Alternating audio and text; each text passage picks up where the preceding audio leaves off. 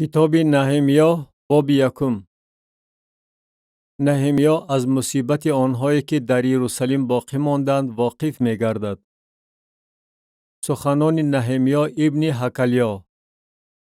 در ماه کسلو در سال 20 وقتی که من در شوشن پایتخت بودم چنین واقع شد که حانانی یکی از برادرانم آمد و با او کسان چند از یهودا بودند و من از آنها درباره یهودیان رستگار که از اسیری باقی مانده بودند و درباره یروشلیم پرس و پاس نمودم و آنها به من گفتند باقی ماندگان آنهایی که از اسیری باقی ماندند آنجا در مملکت در مصیبت بزرگ و در خار و زاری می باشند و حصار یروشلیم خراب شده است و دروازه هایش با آتش سوخته است. و همین که این سخنان را شنیدم نشسته گریه کردم و چندین روز ماتم گرفتم و روزه داشته و حضور خدای آسمان دعا خواندم. دعای نهمیا و گفتم لطفاً ای خداوند خدای آسمان خدای عظیم و سهمگین که عهد و مرحمت را بر آنهایی که تو را دوست می دارند و احکام تو را به جا می آورند نگاه می داری. خواهشمندم که گوشهای تو با دقت و چشمان تو باز باشد تا دعای بنده خود را که من به حضور تو در این وقت روزانه و شبانه درباره بندگانت بنی اسرائیل میگویم بشنوی و من گناههای بنی اسرائیل را که پیش تو به عمل آوردیم اعتراف می نمایم. هم من و هم خاندان پدر من گناه کرده ایم. ما پیش تو گناهکار شده ایم و احکام و فرائض و دستورهای را که به بنده خود موسی فرموده ای رعایت نکرده ایم. اما کلامی را که به بنده خود موسی امر فرموده ای به یاد آور که گفته ای اگر شما خیانت نماید من شما را در میان قوم ها پراکنده خواهم کرد و هرگاه به سوی من رجوع نماید و احکام مرا رعایت کنید و آنها را به جا آورید حتی اگر پراکندگان شما در اقصای آسمان باشند هم آنها را از آنجا جمع خواهم کرد و به مکانی که آن را برگزیدم تا اسم خود را در آنجا ساکن گردانم خواهم آورد و آنها آخر بندگان تو و قوم تو هستند که آنها را با قوت عظیم خود و با دست قوی خود رهانیده ای. لطفاً ای خداوند خواهشمندم که گوش تو به دعای بندت و به دعای بندگانت که مشتاقان جلال اسم تو هستند با دقت باشد و خواهشمندم که بنده خود را امروز کامیاب سازی و او را به حضور این شخص سزاوار مرحمت گردانی. کتاب نهمیا باب دوم. ارتحشستا نهمیا را به یروشلیم می‌فرستد. و در ماه نیسان در سال 20 پادشاه ارتحشستا واقع شد که پیش او شراب بود و من شراب را گرفته به پادشاه دادم و پیش از این در حضور او غمگین نبودم. ولی پادشاه به من گفت چرا چهره‌ات غمگین است به حال آنکه تو بیمار نیستی؟ مگر که اندیشه بدی در دل داری؟ و من خیلی سخت ترسیدم و به پادشاه گفتم بگذار پادشاه تا ابد زنده باد، چرا چهره من غمگین نباشد در صورتی که شهر قبرستان پدرانم خرابزار گردیده است و دروازه هایش با آتش سوخته است. و پادشاه به من گفت پس تو چی می طلبی؟ و من به خدای آسمان دعا خواندم و به پادشاه گفتم اگر به پادشاه مقبول افتد و اگر بنده تو در حضور تو التفات یابد مرا به یهودیه به شهر قبرهای پدرانم بفرست تا که آن را بینا نمایم. و پادشاه به من گفت در صورتی که ملکه در پهلوی او نشسته بود سفری تو تا کی طول خواهد کشید و کی خواهی برگشت؟ و پادشاه صلاح دانست که مرا بفرستد همین که مهلت را به او فهماندم. و به پادشاه گفتم اگر به پادشاه مقبول افتد بگذار به من نامه ها برای والیان ماوراءالنهر نوشته دهند تا که آنها مرا گسیل نمایند تا دمی که به یهودیه برسم. و نامه برای آصاف که ناظر جنگل های پادشاه است تا که وی به من برای دروازه های قلعه نزد معبد و برای حصار شهر و برای خانه که من در آن مسکن خواهم گرفت چوب و تخته بدهد. و پادشاه بر طبق دست نیکوی خدای من که بر من بود این چیزها را به من داد. و چون نزد والیان ماوراءالنهر آمدم نامه های پادشاه را به آنها دادم و پادشاه سرکردگان و سواران را همراه من فرستاده بود. و هنگامی که سنبلت حورونی و توبیای سردار عمونی این را شنیدند، با آنها بسیار بد رسید که شخص آمده است تا به نیکی بنی اسرائیل غمخواری نماید. نهمیا حصار خراب شده را از نظر می گذراند و ساکنان را برای بنا کردن آن الهام می دهد. و چون به یروشلیم رسیدم در آنجا 3 روز ایستادم و شبانه با یک جایگی یک چند آدمی که با من بودند برخاستم و به کسی نگفتم که خدای من در دل من چی نهاده است تا برای یروشلیم بکنم و چارپای با من نبود بجز چارپایی که بر آن سوار بودم.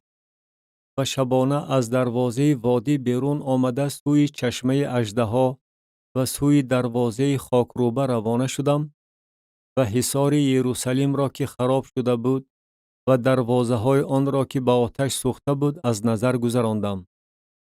و از پیش دروازه چشمه و حوض پادشاه گذشتم و برای گذشتن چارپایی که در تگی من بود جای نبود. و من شبانه به کنار رود برآمده حصار را از نظر گذراندم و باز نزد دروازه وادی آمدم و برگشتم. و سرداران ندانستند که من کجا رفتم و چی کار کردم. و یهودیان و کاهنان و کلان شوندگان و سرداران و دیگر کارکنان تا حال چیزی نگفته بودم. و با آنها گفتم مصیبتی را که ما در آن می باشیم که یروشلیم خراب شده است و دروازه هایش به آتش سوخته است شما می بینید. پس بیایید حصار یروشلیم را بنا کنیم و دیگر در ضلالت نباشیم. و با آنها درباره دست نیکوی خدای من که بر من است و درباره سخنانی که پادشاه به من گفت حکایت کردم و آنها گفتند برخیزیم و بنا کنیم و دستهای خود را برای کار نیک قوی کردند. و هنگامی که سنبلت حورونی و توبیای سردار عمونی و جشم عربی این را شنیدند ما را استهزا کردند و ما را تحقیر نموده گفتند این چی کار است که شما میکنید؟ آیا شما بر ضد پادشاه بلوا میبردارید؟ و من با آنها جواب گردانده گفتم خدای آسمان ما را کامیاب خواهد کرد و ما که بندگان او هستیم برخاسته بینا خواهیم نمود.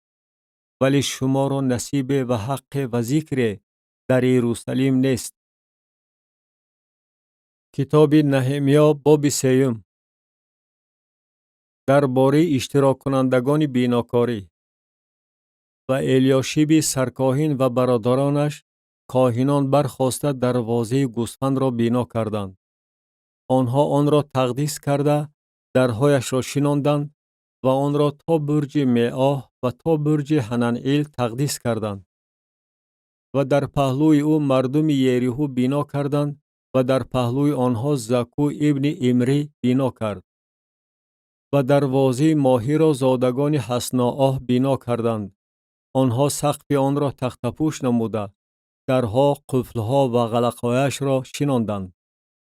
و در پهلوی آنها مریمود ابن اوریا ابن حقوس تعمیر نمود. و در پهلوی آنها مشولام ابن برکیا ابن مشیزابیل تعمیر نمود. و در پهلوی آنها صادق ابن بعنا تعمیر نمود. و در پهلوی آنها تقوییان تعمیر کردند ولی اکابیرشان گردن آنها را به خدمت آقایانشان ننهادند. و دروازه کهنه را یویاداق ابن فاسحا و مشولام ابن بسودیا تعمیر کردند. آنها سقف آن را تختپوش نموده درها قفلها و غلقهایش را شناندند.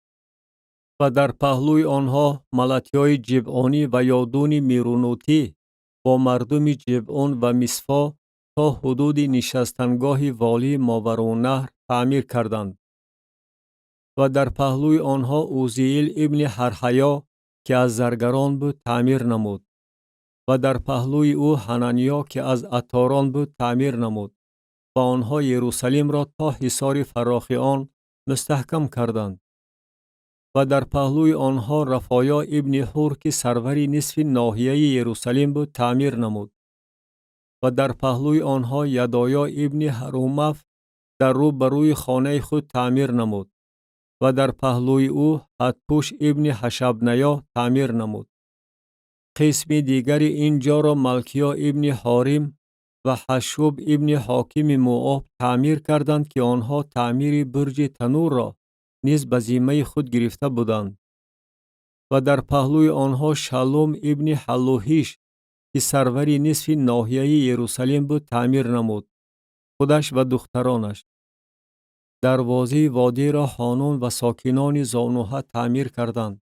آنها آن را بنا نموده درها، قفلها و غلقهایش را شناندند و 1000 زیرای حصار را نیز تا دروازه خاکروبه.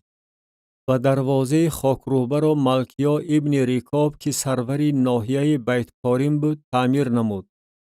او آن را بنا کرده درها، قفلها و غلقهایش را شناند.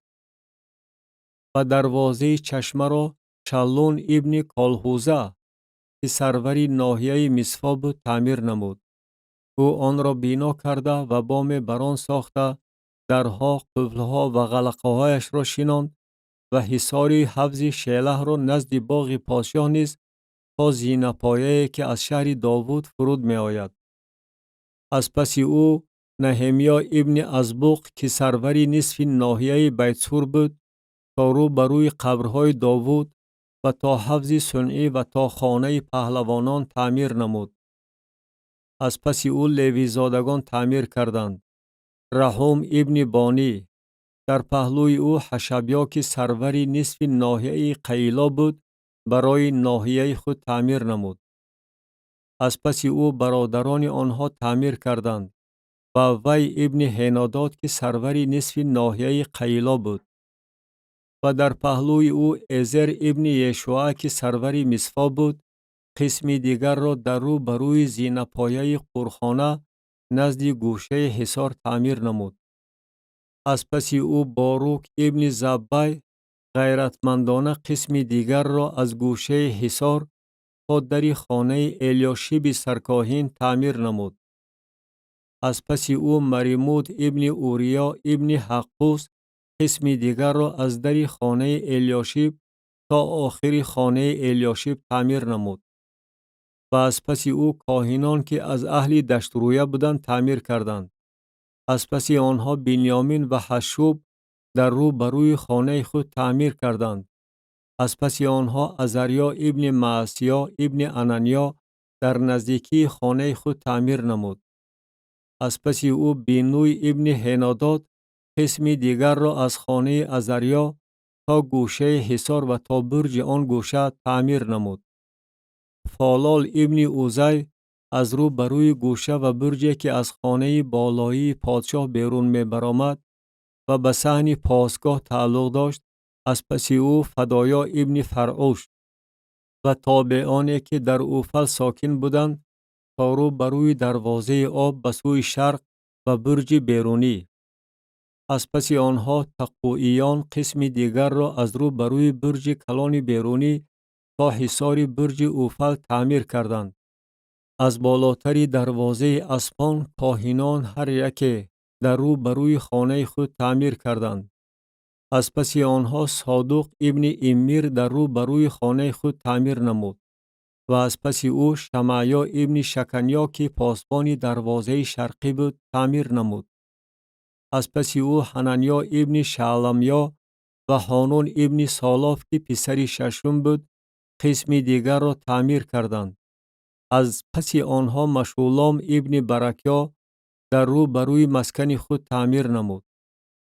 از پس او ملکیا که از اهل زرگران بود تا خانه های تابعان و تاجران در رو بروی دروازه مفقات و تا زینه پایه برج تعمیر نمود. و در مابین زینه پایه برج و دروازه گوسفند زرگران و تاجران تعمیر کردند. کتاب نهمیا باب 4. استهزاهای بدخواهان. و چون سنبلت شنید که ما حصار را بنا میکنیم او به خشم آمد و بسیار غضبناک شد و یهودیان را تمسخر کرد و در حضور برادرانش و قشون سامریه سخن راند و چنین گفت: این یهودیان حقیر چی میکنند؟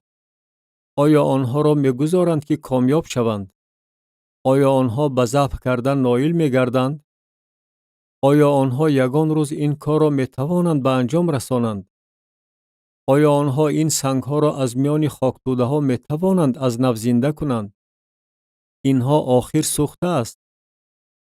و توبیای عمونی که همراه او بود چنین گفت: اگرچه آنها بینا میکنند، اگر شغال بران برایت، حصار سنگین آنها را خراب خواهد کرد. نهمیا با دعا جواب میگرداند: بشنوی خدای ما، زیرا که ما خوارزار شده ایم و تحقیرهای آنها را به سر خودشان برگردان و آنها را در زمین اسیری گرفتاری تاراج نما و معصیت آنها را روپوش نکن و بگذار گناه آنها به حضور تو محو نشود، زیرا که آنها در پیش بیناکاران تو را خواری دادند. ولیکن ما ساختن حصار را دوام دادیم و تمام حصار تا نصف بلندی آن به هم پیوست و دل قوم به کار کردن جد و جهد داشت. نه تنها دشمنان بلکه خودی بیناکاران ناباور نیز ممانعت می رسانند.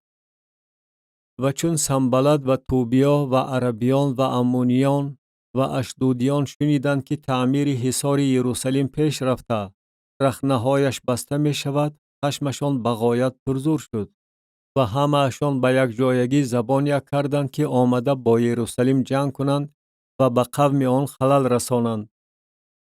و ما پیش خدای خود دعا می گفتیم و بر ضد آنها روز و شب پاسبانان را گذاشتیم تا که از آنها خود را محافظت نماییم. و اهل یهودا گفتند: قوت حمالان سست شده است و خاک هنوز بسیار است و ما نمی توانیم حصار را بنا کنیم. و دشمنان ما می گفتند: آنها نخواهند دانست و نخواهند دید که ما چگونه و میان آنها در آمده آنها را می کشیم و کار را می خوابانیم.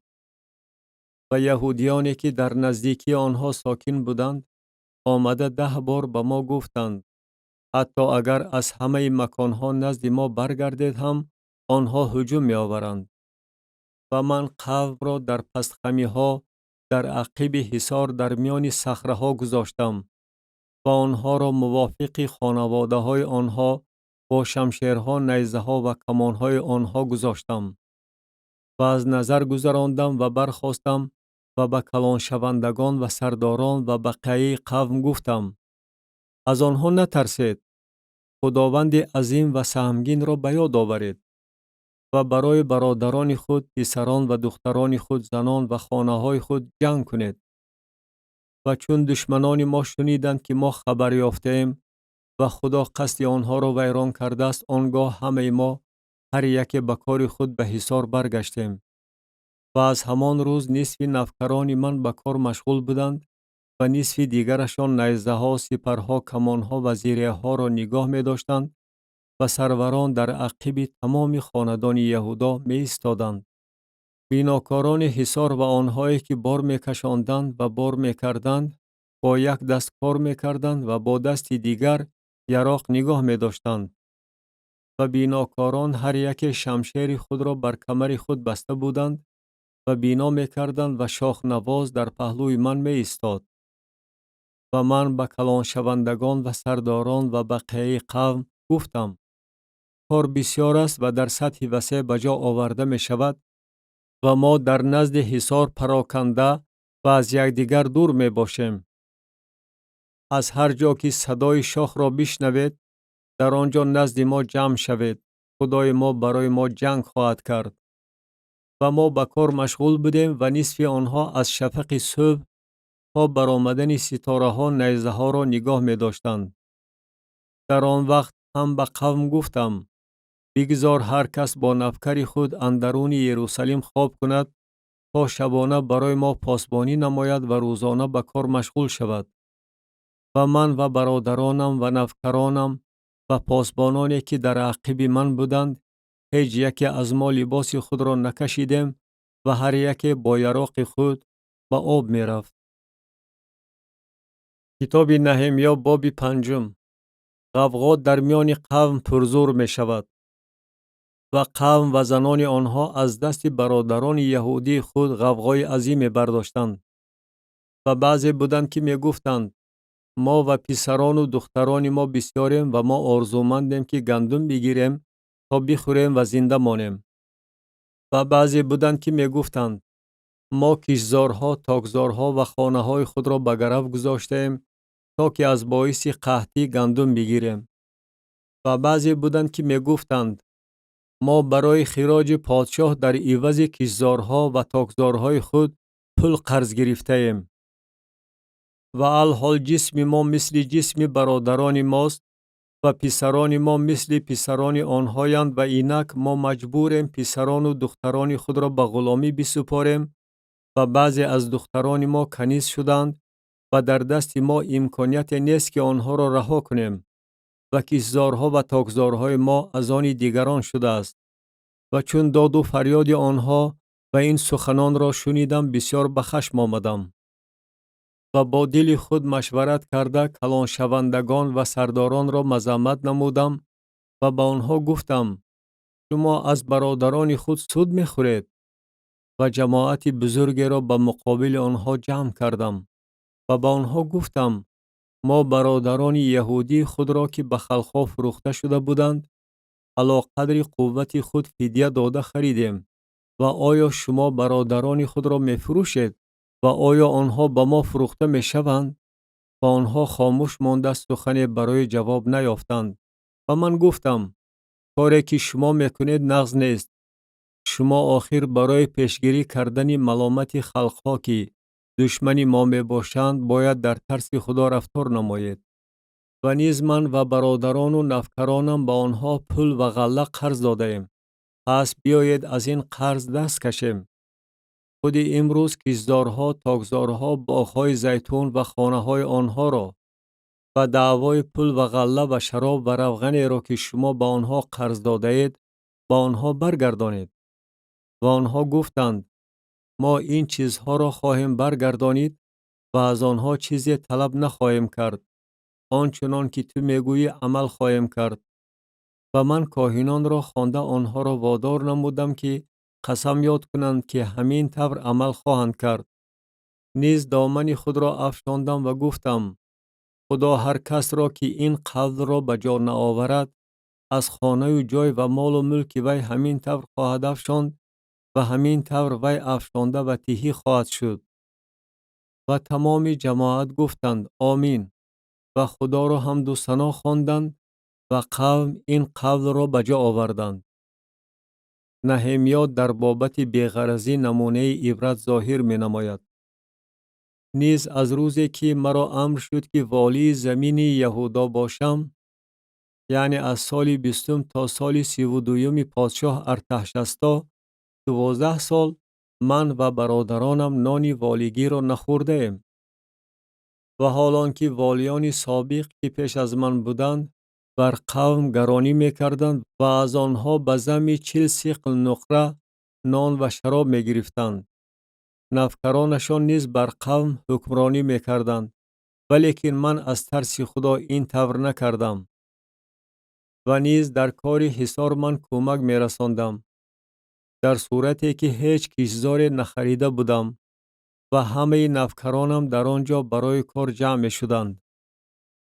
و یهودیان و سرداران که 150 نفر بودند و آنهایی که از خلقهای گرد و اطراف نزد ما می آمدند در سری سفره من بودند. و اینک آنچه برای یک روز صرف کرده می شد 1 گاو، 6 گوسفند برداقی و مرغها برای من پخته می شد و هر 10 روز هر نوع شراب برای کسانی بسیار. با وجود این من نان والگی را طلب نکردم زیرا که مهنت گران برگردن این قوم بود. ای خدای من، هر آنچه من برای این قوم به عمل آوردم و نیکویی من به یاد آور. کتاب نهمیا باب 6. دشمنان نیرنگ بازی میکنند. استواری نهمیا. و چون سنبلت و توبیا و جشم عربی و دیگر دشمنان ما شنیدند که من حصار را بنا کردم و هیچ رخنه در آن باقی نمانده است، اگرچه تا آن وقت هم من درهای دروازه ها را هنوز نشینانده بودم. سنبلت و جشم نزد من فرستاده گفتند: بیا تا در کفیریم که در وادی اونو می باشد یک جویه واخوریم. و آنها قصد داشتند به من بدی کنند. ولی من قاصدان نزد آنها فرستاده گفتم: من به کاری بزرگ مشغول هستم و نمی توانم فرود آیم. چرا کار وقتی که آن را خوابانده نزد شما فرود آیم به تأخیر افتد؟ و آنها 4 دفعه با چنین سخنان نزد من فرستادند و من به آنها چنین جواب گرداندم. و سنبلت دفعه 5 نفکر خود را به این طرز نزد من فرستاد و نامه کشاده در دستش بود. در آن نوشته شده بود: در میان خلقا آوازه شده است و جشم می گوید: تو و یهودیان قصد عصیان دارید، بنابراین تو حصار را بنا می کنی و تو می خواهی پادشاه آنها بشوی. چنین سخنان. و نیز انبیا را تعیین کرده ای تا درباره تو در یروشلم اعلان نموده بگویند: پادشاهی یهودیه. و الحال این خبر به گوش پادشاه خواهد رسید. چنین سخنان. و الحال بیا تا یک جای مشورت نماییم. ولیکن من نزد او فرستاده گفتم: چنین سخنان که تو میگویی به وقوع نآمده است، بلکه تو آنها را از معینه خود بافته برآورده ای. زیرا که همه آنها ما را ترسانده در دل خود میگویند: دست و دل آنها از کار خنک شده، آن بجا آورده نمی شود. و الحال دستهایم را برای کار قوی گردان. و من به خانه شمعیا ابن دلایا ابن مهی تبعیل آمدم و او در را بر خود بسته بود و گفت: به خانه خدا اندرون معبد وارد شویم و درهای معبد را ببندیم، زیرا که برای کشتن تو خواهند آمد. ولی من گفتم: آیا شخص مثل من میتواند بگریزد؟ و کیست مثل من که وارد معبد شود و زنده ماند؟ من نخواهم رفت. و من فهمیدم که خدا او را نفرستاده است و آنچه او درباره من گفت به حسب نبوت نیست، بلکه توبیا و سنبلت او را کیرا کردند. او برای آن کیرا کرده شده است که من به هراس افتم و این طور عمل نمایم و گناه کنم و برای آنها بدنام شوم تا مرا به آبرو سازند. ای خدای من، توبیا و سنبلت را موافق این اعمالشان و همچنین نوعدیای نبیه و دیگر انبیا را که مرا میترسانند به یاد آور. و حصار در روز 25 ماه ایلول در ظرف 52 روز به انجام رسید. بنا کردن حصار انجام یافت. و چون همه دشمنان ما این را شنیدند و همه خلقهای گرد و اطراف ما این را دیدند، در نظر خود بغایت ذلیل گردیدند و دانستند که این کار از جانب خدای ما به جا آورده شده است. در همان ایام کلان شوندگان یهودا مکتوب‌های زیاد نوشته و توبیا روانه می‌کردند و مکتوب‌های توبیا به آنها می‌رسید. زیرا که بسیاری از اهل یهودا اتفاقچیان او بودند، چون که او داماد شکنیا ابن آره بود و پسرش یهوحانان دختر مشولام ابن برکیا را به زنی گرفته بود. نیز به حضور من از اعمال نیک او سخن می‌راندند و سخنان مرا به او خبر می‌بردند. کتاب نهمیا باب 7. تعیین کردن دربانان. و چون حصار بنا یافت و من درهایش را شناندم و دربانان و مغنیان و لیویزادگان تعیین کرده شدند. من برادرم حنانی را، یعنی حنانیای سرور قلعه را، بر یروشلم تعیین نمودم، زیرا که او بیشتر از بسیار کسان دیگر شخص امین و خداترس بود.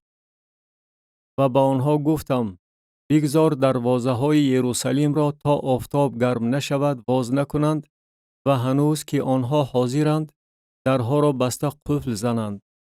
و بگذار از ساکنان یروشلم پاسبانها گذاشته شوند تا که هر کس در پاسبانی خود و هر کس در رو بروی خانه خود باشد. و شهر فراخ و بزرگ، ولی قوم اندرون آن کم و خانه ها بنا نیافته بود. سرشماری آنهایی که دفعه اول آمدند: قوم عادی. و خدای من به دلم نهاد که کلان شوندگان و سرداران و قوم را جمع آورم تا که نسبنامه هاشان را مقرر نمایم. و دفتر نسبنامه آنهایی را که دفعه اول آمده بودند پیدا کردم و چنین نوشته در آن یافتم: اینهایند ساکنان مملکت که از اسیری هجرت که نبوکدنصر پادشاه بابل به اسیری برده بود به یروشلیم و یهودا هر یک به شهر خود برگشتند. آنهایی که با زروبابل، یشوع، نهمیا، عزریا، رعمیا، نهمانی، مردخی، بلشان، میسپرت، بیجوی، نهم و بعنا آمدند.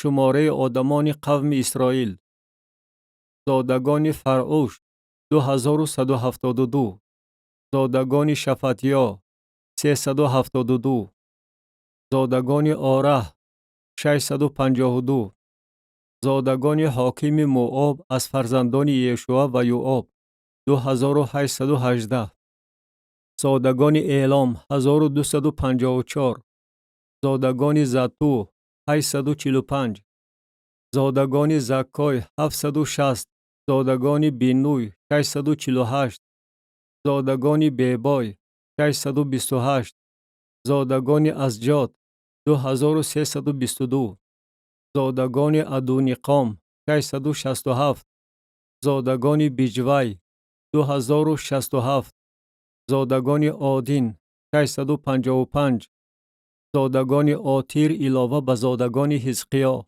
98، زادگان حاشم 328، زادگان بیسای 324، زادگان حاریف 112، زادگان جبعون 95، مردم بیت لحم و نتوفا 188، مردم اناتوت 128، مردم بیت ازمفت 42، مردم قریت یاریم، کفیرا و بیروت 743، مردم راما و جابه 621، مردم میکماس 122، مردم بیتیل و آی 123، مردم نبوی دیگر 52، مردم اعلام دیگر 1254، زادگان حاریم 320، زادگان یریحو 345، زادگان لود، حادید و اونو 721، زادگان صناعا 3930، کاهنان، لیوی زادگان و تابعان.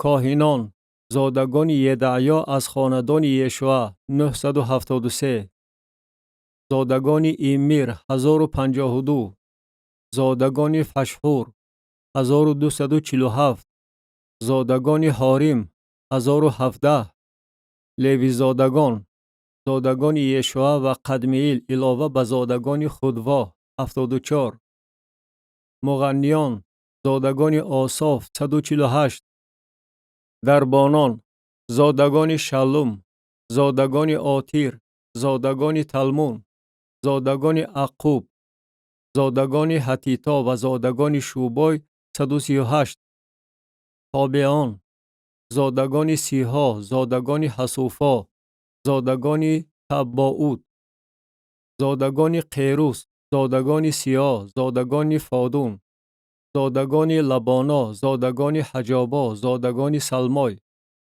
زادگان حانان، زادگان جدیل، زادگان جهر، زادگان رعایا، زادگان رسین، زادگان نقودا، زادگان جزام، زادگان اوزا، زادگان فاسحا، زادگان بیسای، زادگان معونیم، زادگان نفیشسیم، زادگان بقبوق، زادگان حقوفا، زادگان هرهور، زادگان بسلیت، زادگان مهیدا، زادگان هرشا، زادگان برقوس، زادگان سیسرا، زادگان تامه، زادگان نسیها، زادگان حتیفا.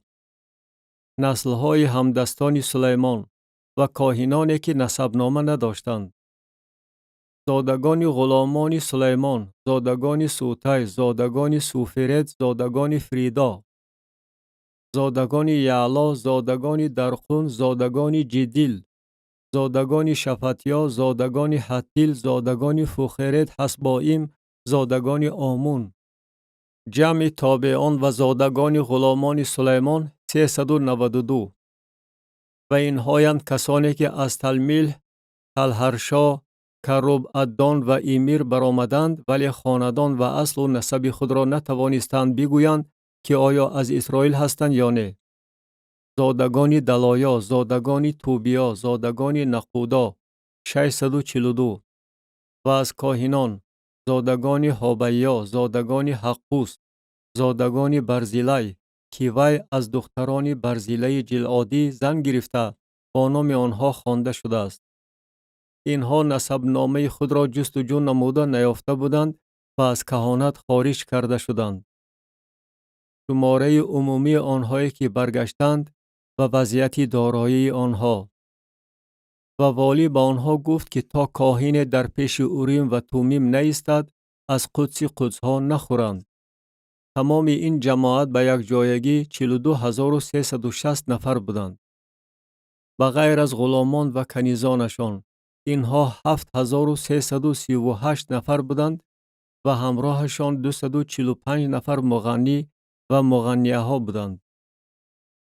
از پای آنها 738، قچیرهای آنها 245، اشترها 435، هرها 6720 و بعضی از سرداران خانواده ها اعانت برای کار دادند. والی به خزینه 1000 درهم طلا، 50 کاسه و 530 پیراهن کهانت داد. و از سرداران خانواده ها به خزینه برای کار 20,000 درهم طلا و 2200 مینا نقره دادند. و بقیه قوم 20,000 درهم طلا، 2000 مینا نقره و 67 پیراهن کهانت دادند. و کاهنان و لیویزادگان و دربانان و مغنیان و بعضی از قوم و تابعان و تمام اسرائیل در شهرهای خود مسکن گرفتند و ماه هفتم فرا رسید و بنی اسرائیل در شهرهای خود بودند. کتاب نهمیا باب 8. خواندن و شرح دادن تورات. و تمام قوم مثل یک تن در میدان پیش دروازه آب جمع شدند و به عزرای کتابدان گفتند که کتاب تورات موسی را که خدا به اسرائیل امر فرموده است بیارد. و عزرای کاهن تورات را در روز یکم ماه هفتم به حضور جماعت عبارت از مردان و زنان و همه آنهایی که می توانستند بشنوند و بفهمند آورد. و در میدان پیش دروازه آب از صبح دم تا نصف روز در حضور مردان، زنان و آنهایی که می توانستند بفهمند آن را خواند و گوش تمام قوم و کتاب تورات بود. و عزرای کتابدان بر منبر چوبینی که برای این مقصد ساخته بودند ایستاد و در پهلوی او از طرف راستش متیتیا و شمع و انایا و اوریا و هلقیا و معسیا ایستادند و از طرف چپش فدایا و میشائیل و ملکیا و هاشم و هشبدانا و زکریا و مشولام.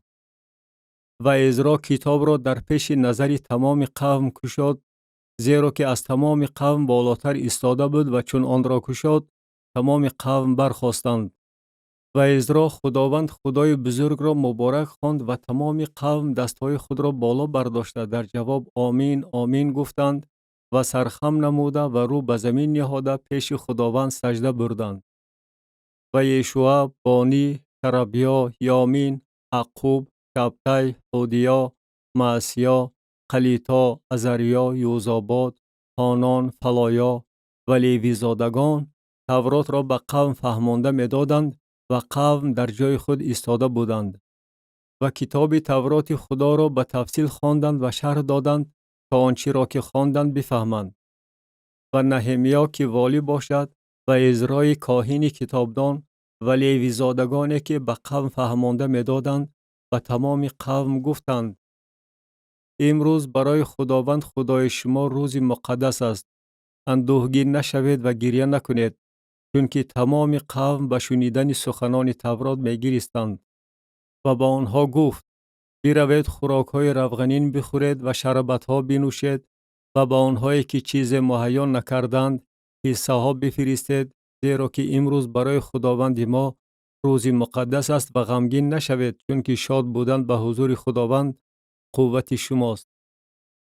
ولی ویزادگان تمام قوم را آرام کرده می گفتند ساکت باشید چون که امروز روز مقدس است و غمگین نشوید. و تمام قوم رفتند تا که بخورند و بنوشند و حصه ها بفرستند و خرسندی عظیم بکنند، زیرا سخنانی را که با آنها گفته بودند فهمیدند. و در روز دوم سرداران خانواده های تمام قوم، کاهنان و لیویزادگان نزد عزرای کتابدان جمع شدند تا که به سخنان تورات گوش دهند. از نو برقرار کردن عید خیمه ها. و در تورات چنین نوشته یافتند که خداوند به واسطه موسی امر فرموده است که بنی اسرائیل در عید ماه هفتم در خیمه ها ساکن شوند. و از این رو در همه شهرها و در یروشلیم اعلان کردند و جار زده گفتند و کوه براید و شاخه های زیتون باغی و شاخه های زیتون دشتی و شاخه های آس و شاخه های خرما و شاخه های درخت مرد بیارید تا موافق آنچه نوشته شده است خیمه ها بسازید. و قوم بیرون آمدند و هر یک بر بام خود و در صحن حولی خود و در صحن خانه خدا و در میدان دروازه آب و در میدان دروازه افرایم خیمه ها برای خود ساختند. و تمام جماعتی که از اسیری برگشته بودند خیمه ها ساختند و در خیمه ها ساکن شدند، زیرا که بنی اسرائیل از ایام یهوشع ابن نون تا آن روز چنین نکرده بودند. و شادمانی بغایت بزرگ به عمل آمد. و او هر روز از روز یکم تا روز آخرین کتاب تورات خدا را خواند و 7 روز عید کردند و در روز هشتم جمع آمد عیدانه بر طبق شریعت برپا گردید. کتاب نهمیا باب 9. قوم توبه کرده روزه می دارند. و در روز 24 این ماه بنی اسرائیل جمع شدند در حالتی که روزه‌دار پلاس در بر و خاک بر سر بودند. و نسل اسرائیل از همه زادگان اجنبی جدا شدند و ایستاده گناه‌های خودشان و معصیت‌های پدرانشان را اعتراف کردند. و در جایهای خود ایستاده 4 روز کتاب تورات خداوند خدای خود را خواندند و 4 روز گناه‌ها را اعتراف نموده خداوند خدای خود را پرستش کردند. اظهار اعتقاد کاهنان و لیویزادگان. و یشوع و بانی و قدمییل و شبنیا و بونی و شربیا و بانی و کنانی بر منبر لیویزادگان ایستاده با آواز بلند به حضور خداوند خدای خود فریاد زدند. و لیویزادگان یشوع و قدمییل و بانی و حشبنیا و شربیا و هودیا و شبنیا و فتحیا گفتند برخیزید و خداوند خدای خود را از ازل تا ابد مبارک بخوانید و اسم جلال تو را که از تمام برکات و حمد و ثنا بالاتر است مبارک خواهند خواند. تنها تو خداوند هستی، تو آسمان، فلک و افلاک و تمام لشکر آنها را، زمین و هر چی را که بر آن است، بحرها و هر چی را که در آنهاست به وجود آورده ای و تو به همه آنها حیات میبخشی و لشکر افلاک به تو سجده میکنند.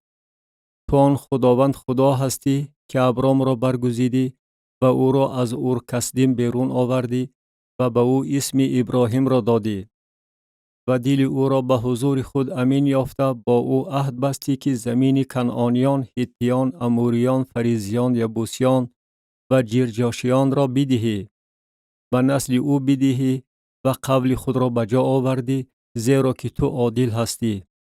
و مصیبت پدران ما را در مصر دیدی و فریاد آنها را نزد بحر قلزم شنیدی و بر فرعون، بر همه غلامان او و بر تمام قوم زمین او علامات و معجزات ظاهر نمودی، زیرا میدانستی که بر پدران ما ستم میکردند و برای خود اسم پیدا کردی، چنان که امروز نیز معلوم است. و بحر را پیش آنها پاره کردی و آنها اندرون بحر به خشکی گذشتند و تعقیب کنندگان آنها را در عمقهای بحر مثل سنگ در آب چقور انداختی و آنها را روزانه در ستون ابر و شبانه در ستون آتش بردی تا راهی را که در آن باید بروند روشن نمایی. و بر کوه سینا فرود آمدی و با آنها از آسمان سخن راندی و قانونهای برحق، دستورهای راست، فرایض و احکام نیکو به آنها دادی و شنبه مقدس خود را به آنها معلوم کردی و احکام و فرایض و قانونها به واسطه بنده خود موسی به آنها امر فرمودی و نان از آسمان به آنها از بحر گرسنگیشان دادی و آب از صخره به آنها از بحر تشنگیشان بیرون آوردی و به آنها گفتی که آمده زمینی را میراث گیرند که تو با دست برافراشته خود قسم خورده بودی که آن را به آنها بدهی. ولی آنها پدران ما رفتاری شریرانه نموده، گردنکشی کردند و به احکام تو گوش ندادند و از گوش دادن سر تافتند و معجزات تو را که برای آنها به عمل آوردی به یاد نآوردند و گردنکشی کردند و عصیان برداشته پیشوای را برای خود برگزیدند تا که به غلامی خود برگردند. ولی تو خدای غفار، کریم و رحیم، صابر و پر از احسان هستی و آنها را ترک نکردی. گرچنده که آنها گوساله ریخته برای خود ساختند و گفتند این است خدای تو که تو را از مصر بیرون آورد و کفرهای عظیم به عمل آوردند، ولی تو بر حسب مرحمت بزرگ خود آنها را در بیابان ترک نکردی.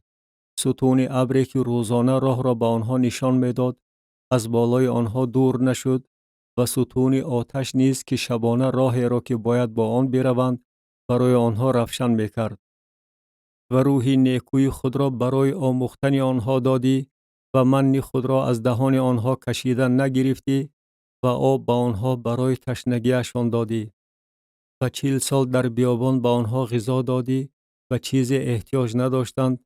لباس آنها کهنه نشد و پایهای آنها ورم نکرد و مملکت‌ها و قوم‌ها را به آنها داده آن قوم‌ها را به هر گوشه پراکنده نمودی و آنها زمین سیحون، زمین پادشاه هشبون و زمین اوج پادشاه باشان را میراث گرفتند و پسران آنها را مثل ستاره های آسمان افزون کردی و آنها را به زمین آوردی که به پدرانشان گفته بودی که آمده آن را میراث خواهند گرفت و پسرانشان آمده آن زمین را میراث گرفتند و تو کنعانیان را که ساکنان آن زمین بودند پیش آنها مغلوب نموده با پادشاهانشان و قومهای آن زمین به دست آنها سپردی تا که به دلخواه خود با آنها رفتار کنند و شهرهای استحکامدار و زمین حاصل خیز را مسخر کردند و خانه‌های پر از هر گونه نعمت، آبانبارهای در صخره کنده شده،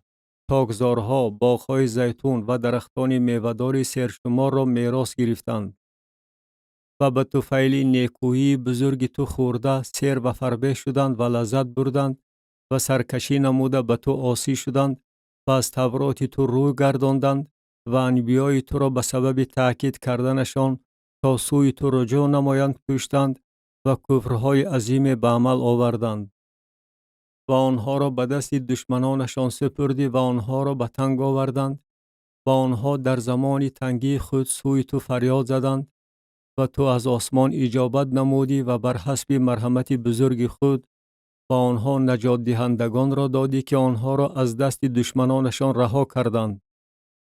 ولی همین که آنها آسوده می شدند از نو به حضور تو بدکاری می کردند و تو آنها را به دست دشمنانشان می سپردی که بر آنها حکمرانی می کردند و آنها با سوی تو فریاد می زدند و تو از آسمان اجابت نموده بر حسب مرحمت خود آنها را دفعی بسیار نجات می دادی و آنها را تأکید می نمودی تا که سوی تورات تو رجوع نمایند. ولی آنها رفتار شریرانه نموده و احکام تو گوش ندادند و برخلاف قانونهای تو که کس اگر آنها را به جا آورد زندگی نیکو می بیند گناه کردند و از اطاعت رو تافته و گردن کشی کرده گوش ندادند.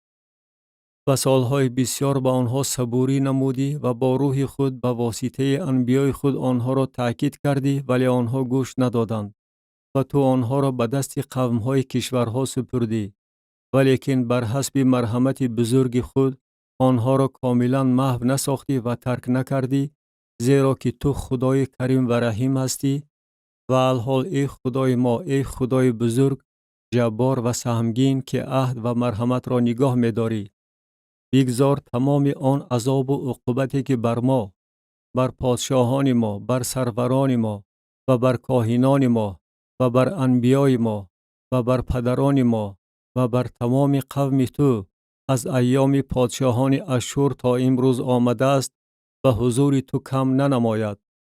ولیکن تو در تمام آن چیزهایی که به سر ما آمده است عادل هستی، زیرا که بر حق عمل کرده ای و ما گناهکار هستیم و پادشاهان ما، سروران ما، کاهنان ما و پدران ما شریعت تو را رعایت نکردند، به احکام تو و به تأکیدهای تو که به آنها امر فرمودی گوش ندادند و آنها در مملکت خود با وجود نیکی بزرگی که تو به آنها کردی، در زمین فراخ و حاصلخیزی که تو به آنها بخشیدی، تو را عبادت نکردند و از کردارهای بد خود دست نکشیدند. اینک ما امروز غلامان هستیم و در زمینی که به پدران ما دادی تا میوه و نعمت آن را بخوریم. اینک ما در آن غلامان هستیم و حاصلات فراوان خود را آن برای پادشاهان می آورد که آنها را تو به سبب گناههای ما بر ما گذاشته ای و آنها بر جسدهای ما و بر چارپایان ما به دلخواه خود حکمرانی می کنند و ما به تنگی عظیم گرفتار هستیم. و با این همه ما عهد و پیمان بستیم و آن را نوشتیم و سروران ما، لیویزادگان ما و کاهنان ما بر آن مهر گذاشتند. کتاب نهمیا باب 10. روی خط شخصانی که به عهدنامه مهر گذاشتند. و کسانی که مهر گذاشتند اینهایند: نهمیای والی ابن حکلیا و صدقیا، سرایا عزریا ارمیا، پشحور امریا ملکیا، حتو شبنیا ملوک، حاریم مریمود عبدیا، دانیال جلنتون باروک، مشولام ابیا میامین، معزیا بلجیش شمعیا. اینها کاهنانند. و لیویزادگان: یشوع ابن ازنیا بن نوی از زادگان هناداد کدمیل و برادران آنها شبنیا، هودیا، قلیتا، فلایا، حانان، میکا، رحوب، حشبیا، زکور، شربیا، شبنیا، هودیا، بانی، بنی نوح، سرداران قوم، فرعوش، حاکم مواب، اعلام، زتو، بانی، بونی، از جاد، بیبای، ادونیا، بیجوی، آدین، آتیر، حزقیا، از زور، هودیا، حاشوم، بیسای، عارف، اناتود، نیبای، مجبیاش، مشولام، ایزیر، مشیزبئیل، صادوق، یدوه، فلتیا، حانان، انایا، اوشیا، حنانیا، حشوب، حلوهیش، فیلها، شوبک، رحوم، حشبنا، معسیا، احیا، حانان، آنان، ملوک، حاریم، بعنا و بقیه قوم، کاهنان، لیویزادگان، دربانان، مغنیان، تابعان و همه آنهایی که از قومهای کشورها جدا شده و تورات خدا پیوستند، زنان، پسران و دختران آنها، همه آنهایی که به فهمیدن لیاقت داشتند، برادران خود و کلانشوندگان خود را دستگیری کردند و آمده سوگند و قسم خوردند که بر طبق تورات خدا که به واسطه موسی بنده خدا داده شده است رفتار نمایند و تمام احکام خداوند خدای ما و قانونها و فرایض او را نگاه دارند و بجا آورند. و دختران خود را به قومهای زمین ندهیم و دختران آنها را به پسران خود نگیریم. و چون قومهای زمین در روز شنبه مال و هر نوع خوراکباری برای فروش بیارند، از آنها در روز شنبه و در روزهای مقدس نخریم و در سال هفتم کارکرد زمین و هر دعوای قرض را ترک کنیم. و همچون حکم بزیمه خود گرفتیم که در یک سال 3 سقل را برای خدمت خانه خدای ما بدهیم، برای نان تقدیم و هدیه آردی دائمی، برای قربانی سوختنی دائمی، برای قربانی های شنبه، نو ماه و عیدها، برای قربانی های جماعت، برای قربانی گناه ها، تا کفارت برای اسرائیل بشود و برای تمام کار خانه خدای ما.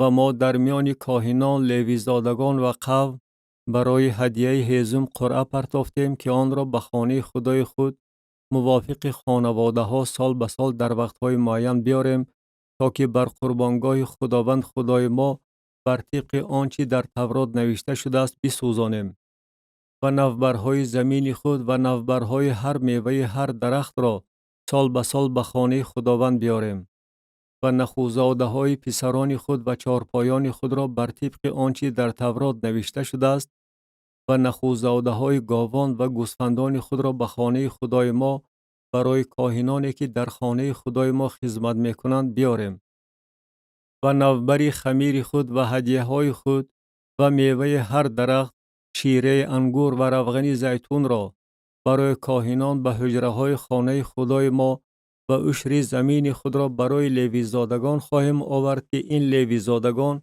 عشر را در همه شهرهای زراعت ما میگیرند و هنگامی که لیویزادگان عشر میگیرند کاهن از نسل هارون با لیویزادگان خواهد بود و لیویزادگان عشر از آن عشر به خانه خدای ما و حجره های مخزن خواهند آورد زیرا که بنی اسرائیل و زادگان لیوی هدیه های غله شیره انگور و روغن زیتون را باید به همین حجره ها بیارند که در آنجا ظرف های مقدس و کاهنان خدمتگزار و دربانان و مغنیان حاضرند و ما خانه خدای خود را ترک نخواهیم کرد.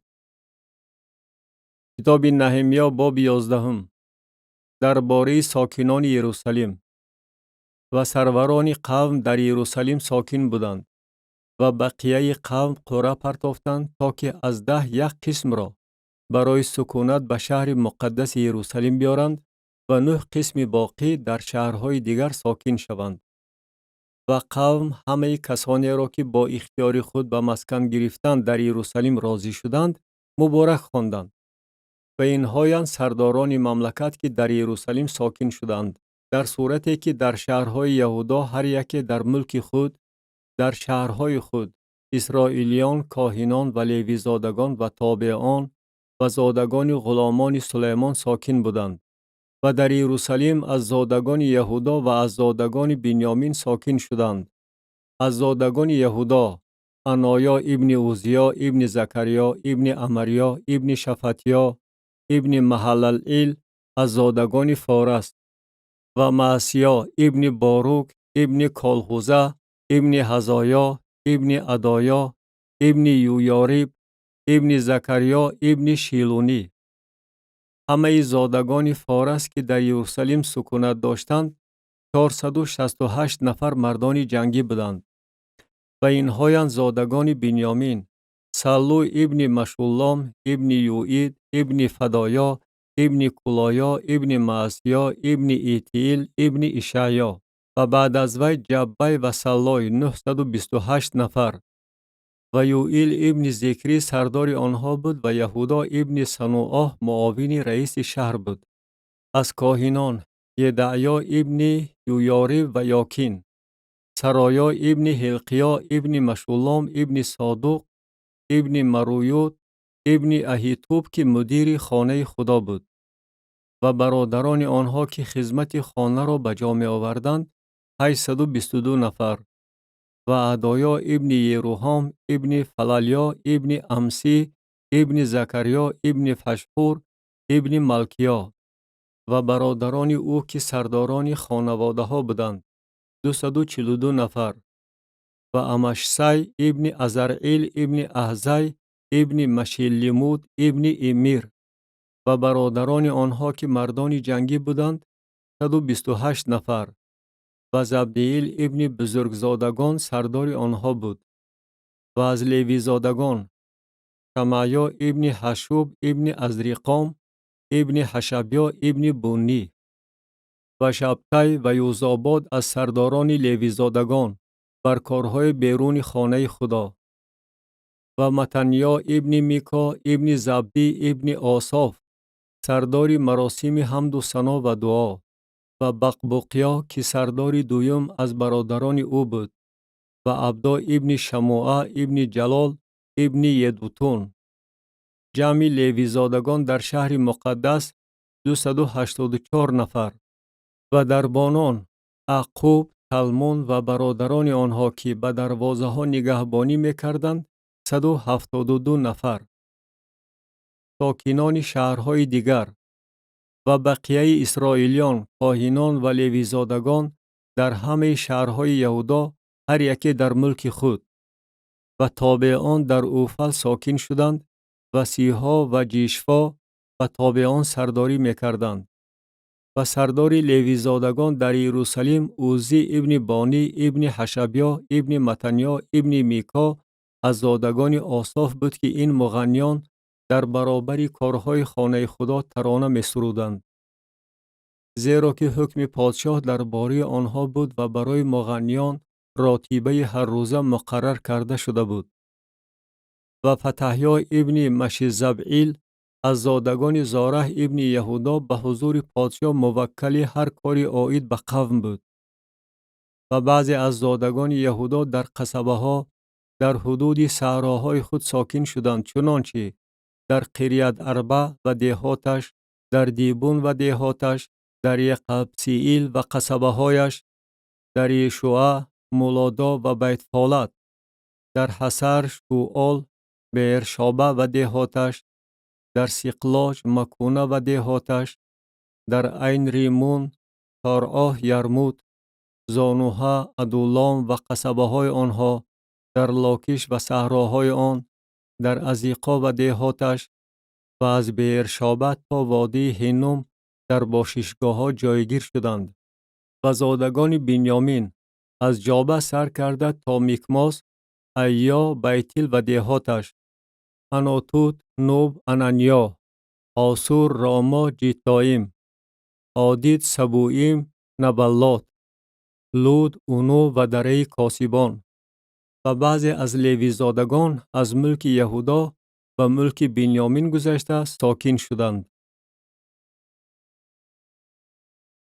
کتاب نهمیا باب 12. کاهنان و لیویزادگانی که همراه زروبابل بودند.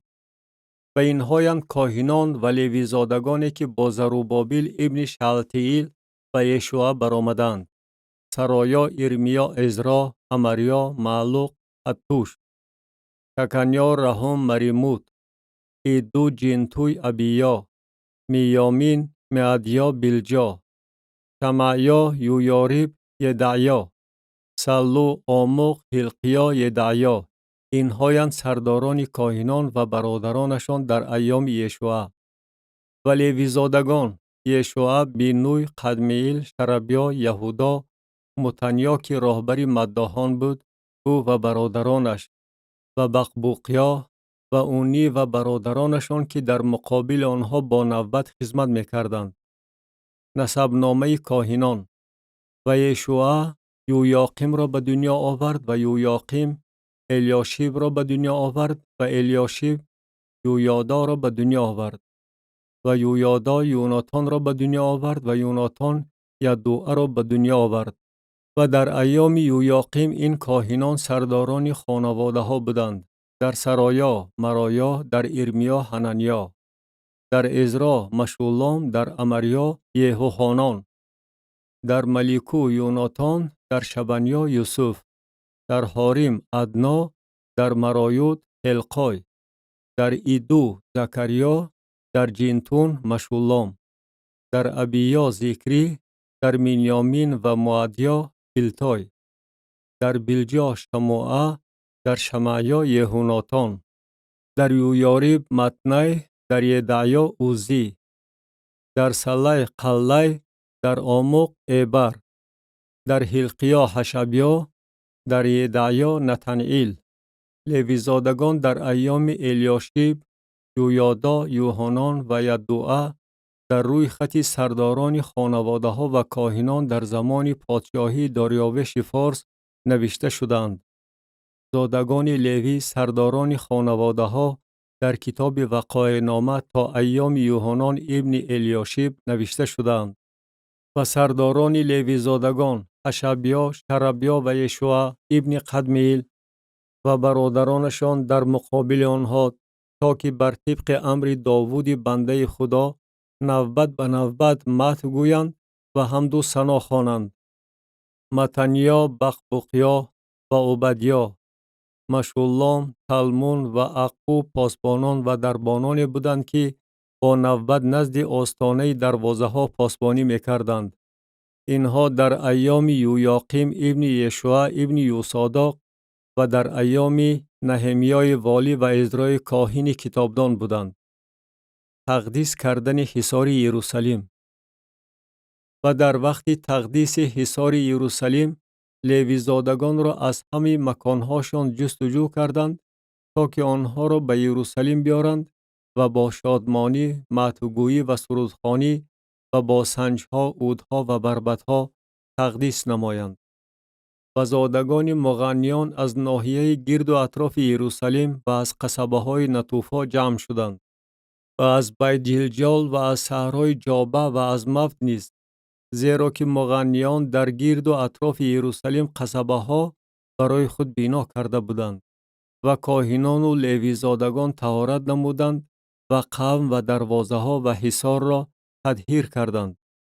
و من سروران یهودا را به بالای حصار برآوردم و دو گروه کلان مداحان را برای رفتاری با تنتنه تعیین نمودم و یکی از آنها به طرف راست بر سر حصار سوی دروازه خاکروبه روانه شدند و از عقب آنها هوشعیا و نصف سروران یهودا و عزریا، عزرا و مشولام و یهودا، بنیامین، شمعیا و ارمیا و از زادگان کاهنان با کرنیها، زکریا ابن یوناتان ابن شمعیا ابن متنیا ابن میکایا ابن زکور ابن آصاف و برادران او شمعیا، عزرائیل، میلالی، جیلالی، ماعی، نتنئیل، یهودا و حنانی با اسباب موسیقی داوود مرد خدا و عزرای کتابدان پیشاپیش آنها و نزد دروازه چشمه که در مقابل آنها بود بر زینه های شهر داوود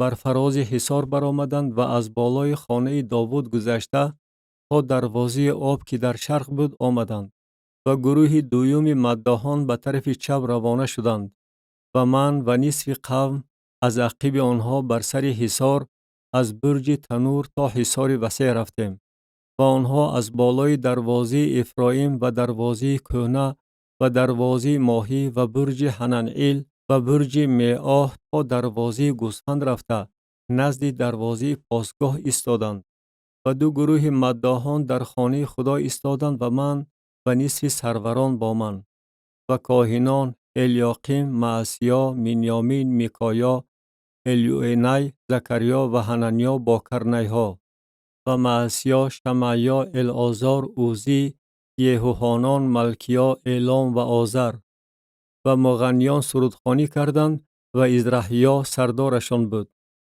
و در آن روز قربانی های زیاد ذبح نموده خرسندی کردند، زیرا که خدا آنها را بغایت شاد کرده بود و زنان و بچگان نیز خرسندی کردند و شادمانی یروشلیم تا جایهای دوردست شنیده شد.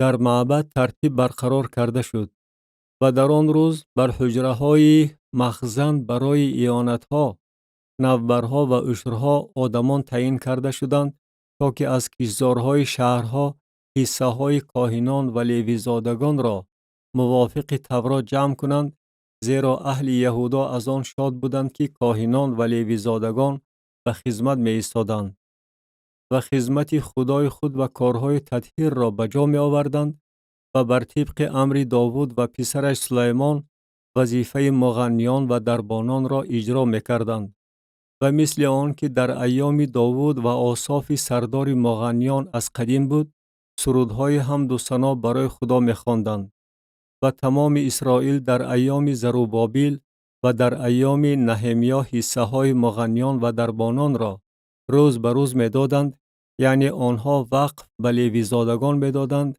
و لیویزادگان وقف به زادگان هارون می دادند. کتاب نهمیا باب 13. نهمیا با جد و جهد به مقابل بی‌ترتیبی ها مبارزه می برد.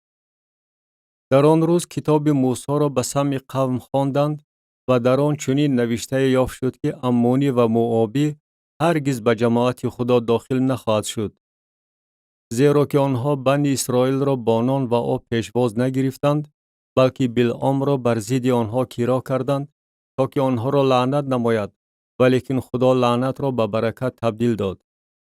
و چون تورات را شنیدند، همه آموزش یافتگان را از اسرائیل جدا کردند. و پیش از این الیاشیب کاهن که در یک حجره خانه خدای ما در نزدیکی توبیا سکونت داشت، برای او حجره کلان مهیا کرده بود که پیشتر هدیه های آردی، بخور و ظرف ها و عشر غله، شیره انگور و روغن زیتون را که حصه لوی زادگان، مغنیان و دربانان بود و اعانت کاهنان را در آنجا می‌گذاشتند. و در آن وقت من در یروشلیم نبودم، زیرا که در سال 32 ارتحشستا پادشاه بابل نزد پادشاه رفتم و پس از ایام از پادشاه برای خود اجازت گرفتم. نهمیا بار دوم به یروشلیم می آید. و چون به یروشلیم رسیدم، از کرداری بدی که الیاشیب به خاطر توبیا کرده بود، یعنی برای او در صحن خانه خدا حجره مهیا نموده بود، خبر یافتم. و این در نظر من بغایت زشت نمود و من تمام بساط خانه توبیا را از حجره بیرون پرتافتم و امر فرمودم و حجره را تطهیر کردند و ظرفهای خانه خدا، هدیه‌های آردی و بخور را به آنجا برگردانیدم و فهمیدم که حصه های لیوی زادگان به آنها داده نشده است و لیوی زادگان و مغنیانی که به خدمت گزاری مشغول بودند، هر یک به کشتزار خود گریخته رفتند. و من سرداران را مذمت نموده گفتم: چرا خانه خدا ترک کرده شده است؟ و آنها را جمع کرده در جایهاشان گذاشتم. و تمام اهل یهودا عشر غله، شیره انگور و روغن زیتون را به مخزنها آوردن گرفتند. و شلمیای کاهن و صادوق کتابدان و فدایا را که از لیوی زادگان بود و در پهلویشان حانان ابن زکور ابن متنیا را بر مخزنها تعیین نمودم، زیرا که آنها شخصان امین حساب می یافتند و وظیفه آنها این بود که حصه ها را به برادران خود تقسیم کنند. مرا ای خدای من برای این بیاد آور و اعمال نیک مرا که برای خانه خدای خود و برای خدمتگزاران آن کردم محو نساز. کار داشتن آرامی روز شنبه. در آن ایام در یهودا دیدم که در روز شنبه چرخوشت‌ها را پخش می کردند و خیرمنها را کشانده می آوردند و شراب، انگور و انجیر و هر باری دیگر را بخرها بار کرده در روز شنبه به یروشلیم می درآوردند. و مشاهده نمودم که در آن روز به فروختن خوراکواری مشغول می شدند. و سوریانی که در یهودا اقامت داشتند، ماهی و هر نوع مال آورده و ساکنان یهودا و یروشلیم می فروختند. و من کلان شوندگان یهودا را مذمت نموده با آنها گفتم: این چی کاری بد است که شما می کنید و روز شنبه را خوار می دارید؟ پدران شما آخر چنین عمل کردند و خدای ما تمام این مصیبت را بر ما و بر این شهر آورد. و شما روز شنبه را خوار داشته غضب را بر اسرائیل افزون می کنید. و چون دروازه های یروشلیم پیش از شنبه سایه انداز شد، امر فرمودم و درها را بستند و امر فرمودم که تا انجام شنبه آنها را نکشایند و از نوکران خود نزد دروازه ها گذاشتم تا که در روز شنبه هیچ بار آورده نشود. و سوداگران و فروشندگان هر نوع مال یک دو بار بیرون از یروشلیم شب را گذراندند. و من آنها را تأکید نموده گفتم: چرا شما نزد حصار شب را می گذرانید؟ اگر باری دیگر چنین کنید، دست بر شما خواهم انداخت. از همان وقت دیگر در روز شنبه نآمدند. و به لیوی زادگان امر فرمودم که طهارت کرده برای نگهبانی دروازه ها بیایند تا که روز شنبه را تقدیس نمایند. این را نیز ای خدای من برای من به یاد آور و بر حسب مرحمت بزرگ خود بر من شفقت نما. منع کردن نکاح با زنان اجنبی. در آن ایام نیز یهودیان را دیدم که زنان اشدودی، امونی و موآبی گرفتند و پسران آنها قسماً به زبان اشدودی گپ می زدند و به زبان یهودی نمی توانستند سخن رانند، بلکه به زبان این یا آن قوم. و من آنها را مذمت نمودم و به آنها لعنت خواندم و بعضی کسان را از بین آنها کوفتم و مویهاشان را کندم و آنها را به خدا قسم داده گفتم: دختران خود را به پسران آنها ندهید و دختران آنها را برای پسران خود و برای خود نگیرید. سلیمان پادشاه اسرائیل آخر به طفیل همینها گناه کرده بود و حالان که در میان خلقهای بسیار پادشاه مثل او نبود و او برای خدای خود محبوب بود و خدا او را بر تمام اسرائیل پادشاه کرده بود، اما او را نیز زنان اجنبی در راه گناه انداختند. پس آیا ما می توانیم به سخنان شما گوش داده این شرارت عظیم را به عمل آوریم، یعنی به خدای خود خیانت کرده زنان اجنبی بگیریم؟ و از زادگان یویادا ابن الیاشیب سرکاهین من یکی را که داماد سنبلت هورونی بود از پیش خود راندم. آنها را ای خدای من برای آن به یاد آور که کهانت را و عهد کاهنان و لیوی زادگان را پلید کردند و من آنها را از هر چیز اجنبی تطهیر نمودم و خدمتگزاری کاهنان و لیوی زادگان را از نو برقرار کردم تا هر یک به کار خود مشغول شود و آوردن هدیه هیزم را در وقتهای معین و نوبرها را نیز. مرا ای خدای من به نیکویی به یاد آور.